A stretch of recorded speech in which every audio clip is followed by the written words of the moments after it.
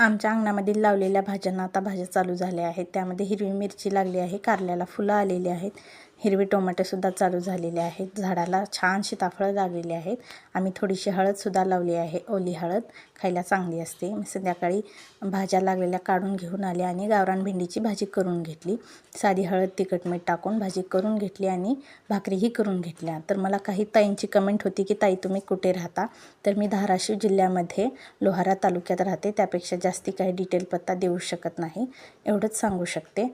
तर माझी संध्याकाळची सर्व कामे उरकलेली आहेत. स्वयंपाक झालेला आहे, किचन कट्टा आवरून धुवून पुसून घेतलेला आहे आणि यांनी शेताहून थोडीशी कोथिंबीर घेऊन आली होती ताजी, ती निवडून फ्रीजमध्ये ठेवायची आहे. तर त्याआधी मी आमच्या इथे सर्वांना जेवणानंतर खायला गूळ लागतो, तर तो गूळ चिरून डब्यामध्ये भरून ठेवला म्हणजे सर्वांना घेऊन खाता येईल. आणि संध्याकाळी आणलेली कोथिंबीर नीट करून व्यवस्थित फ्रीजमध्ये ठेवून